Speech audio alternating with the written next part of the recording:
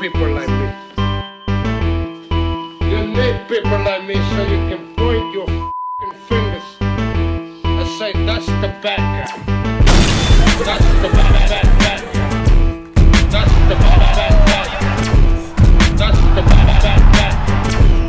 That's the bad guy.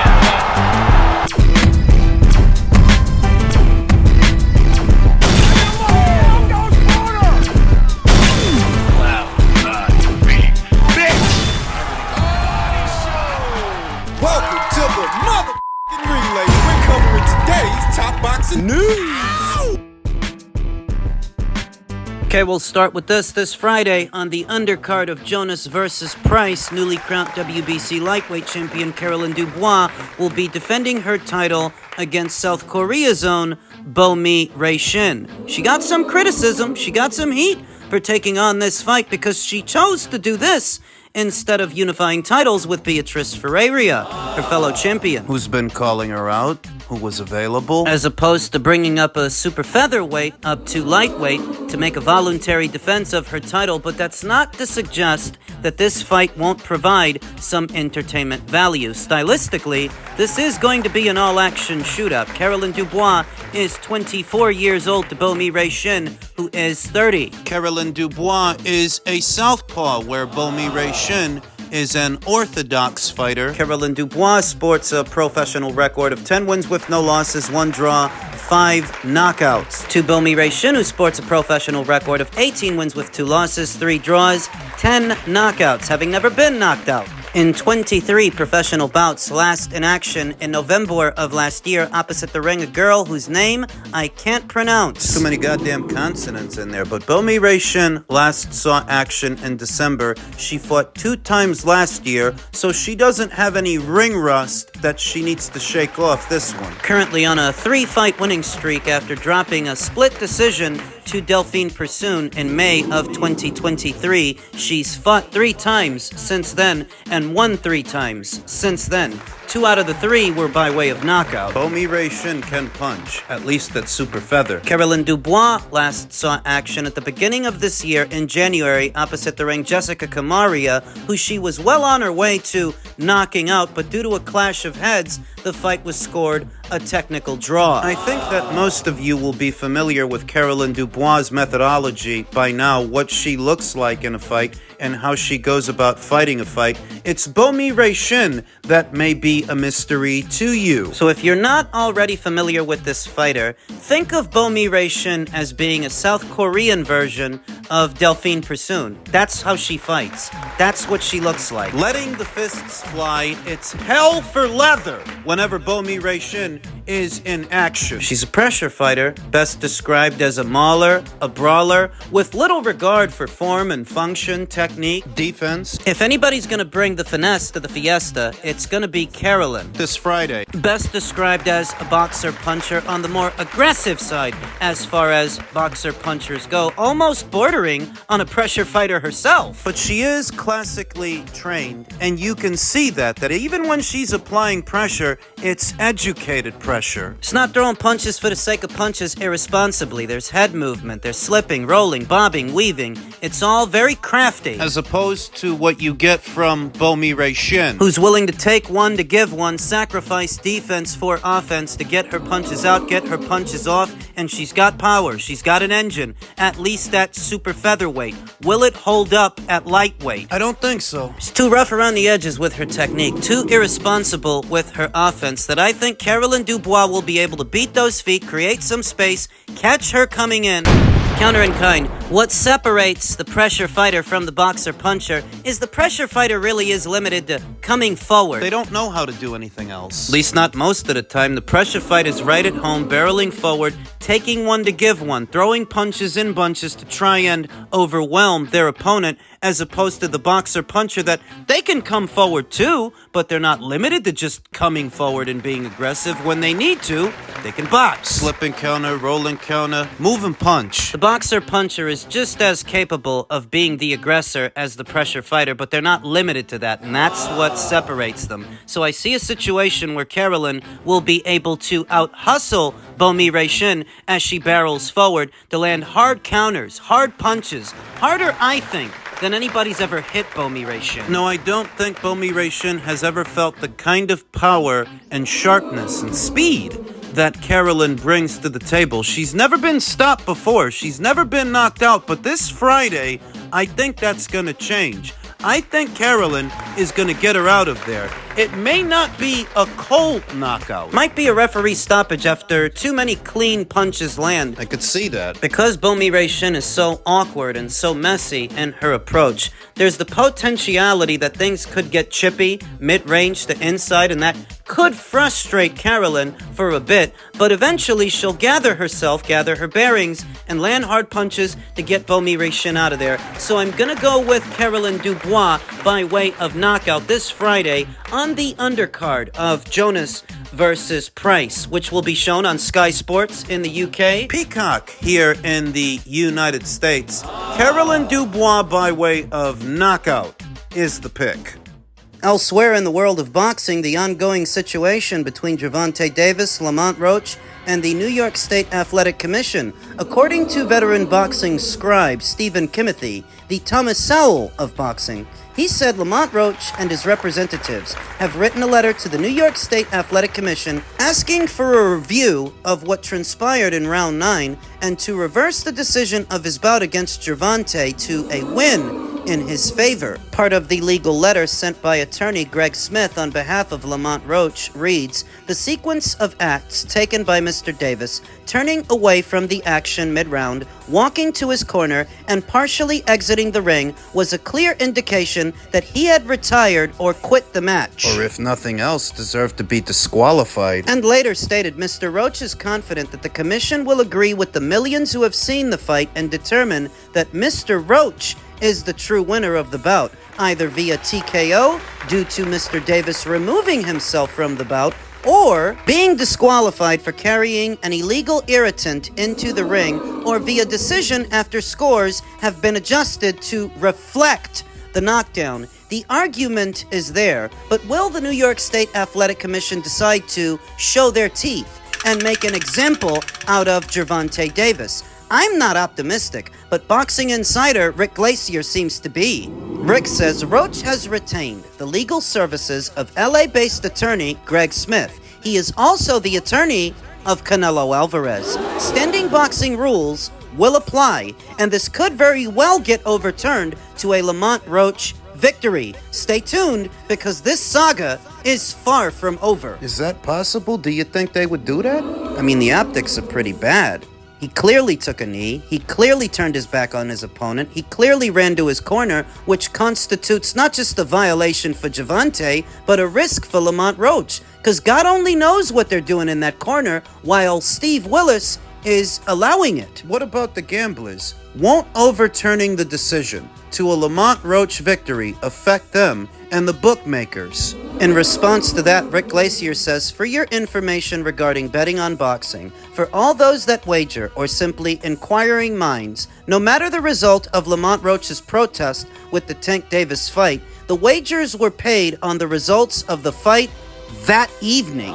So no matter the result of the protest, the draw would stand for those that wagered." You're not entitled to any new money as a result of how this turns out. The question is, will the New York State Athletic Commission really do it? Do they have the balls to do it and make an example out of Gervonta? Because he clearly thinks he's bigger than boxing, bigger than the rules. Turkey LL Sheikh is having a lot of fun with all of this. And Gervonta Davis's fans are none too pleased to see it. A guy who goes by the name Heck Kicks stated, "Bro is really beefing with Gervonta because Tank told him no, you can't make this shit up. He needs Tank. Y'all don't understand. He wants what Tank has, and that's his viewers. That's what you call a one-man army." Is this guy serious? He wants his viewers. What viewers are you talking about? Because the media number for a Gervonta Davis fight is at or around 200,000. And being honest, I'm not sure he even did that with Lamont. So when you talk about viewers, what viewers are you referring to? People that stole the fight? You can't make any money from people who watch illegal streams. You say he wants his viewers as if he's missing out on something. Missing out on what? pirate streams? You say he needs Gervonta? Buddy, this guy's estimated to be worth over $2.8 billion. Well, you're patting yourself on the back that Gervonta Davis can afford to get his hair and nails done? What kind of boxing fans are these? It's a fantasy for them, and they live vicariously through Gervonta Davis because they see a piece of themselves in him. The same degeneracy that spawned them spawned him. I saw a dog-faced woman that goes by the name It's Only the Truth say, all of these fighters too, no matter what, none, and I mean none, will reach his popularity and numbers. What numbers? The man's only ever sold 1 million pay-per-view buys once, and he needed Ryan to do it. He hasn't done that since then. He didn't do that with Lamont. It's been 3 days and they still in him, like I'm burnt out over it, and I'm a Tank fan. You're a moron. Living in a fantasy where Gervonta Davis is the top-earning boxer in the sport, every popular periodical that rates the most top-earning athletes across all of organized sports, from most to least, not a single one of them have Gervonta Davis at the top, so what the hell is she talking about? What are any of these people talking about? Gervonta Davis is the poster child for the ignorant. The ambassador of degeneracy. If you want to talk about the culture and what culture he represents, it's the culture of degeneracy. Because here you have this rabble of individuals so uninformed, so oblivious to the realities of boxing, they actually think he's the top draw. And if you tell them that he's not, if you just stick to the facts, you know what they do? They get mad at you. Because it bursts their bubble. It interrupts the fantasy world that they live in. The villain of boxing, friend of the channel, went as far as correcting this dog-faced woman by saying, Canelo's fans, popularity, and numbers destroy Tank. All of which is true. Canelo holds the indoor attendance record in this country, not Tank. To which the dog-faced woman responded, hey pussy, I'm talking about the fighters that talk shit, so shut the hell up. Well, she didn't say that anywhere in her original post. No, she's moving the goalpost, as Gervonta Davis fans often do, often have to, because these are degenerates. You can't hold them to their word. It doesn't mean anything to them. It's got no value, so why the hell would it have any value to me and you? Offering up little more than hostility because he stuck to the facts, and she can't. What you want is for Gervonta Davis to be a lot more successful than he actually is. You want him to be a cultural icon,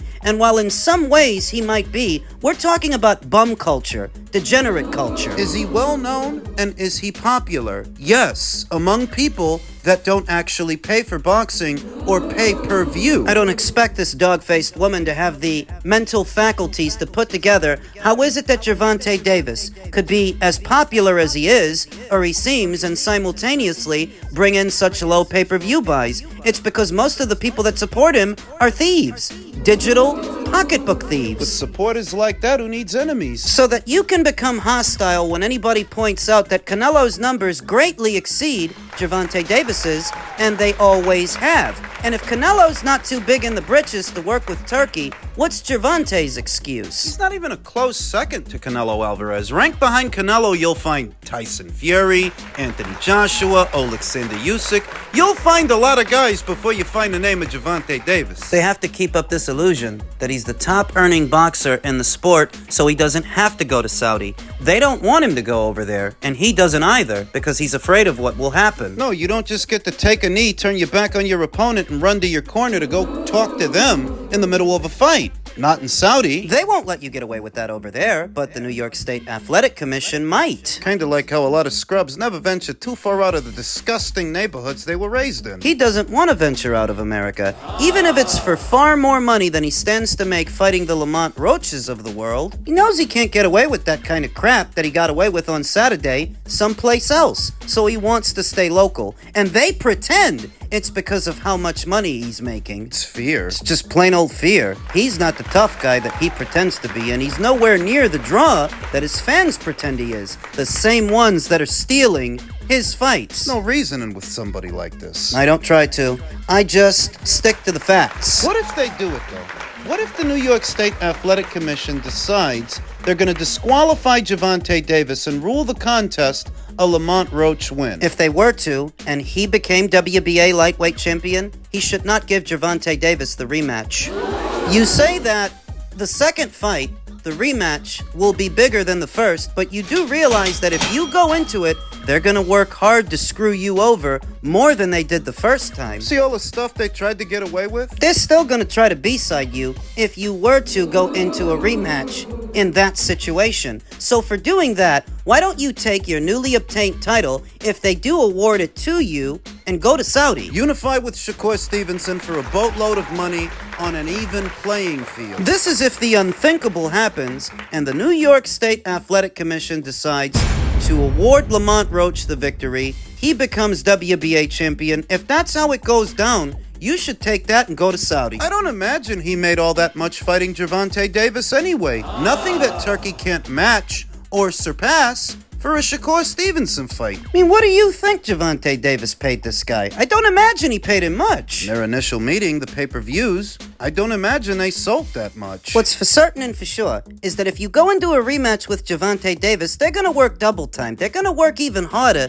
to screw you over. So in a situation where you're actually awarded the victory, take it and run. now I'm not completely sure that he can, because there is talk of a rematch clause. But if you and your attorney can find some way out of that, you better. We'll see what the New York State Athletic Commission decides to do, but I myself am not optimistic.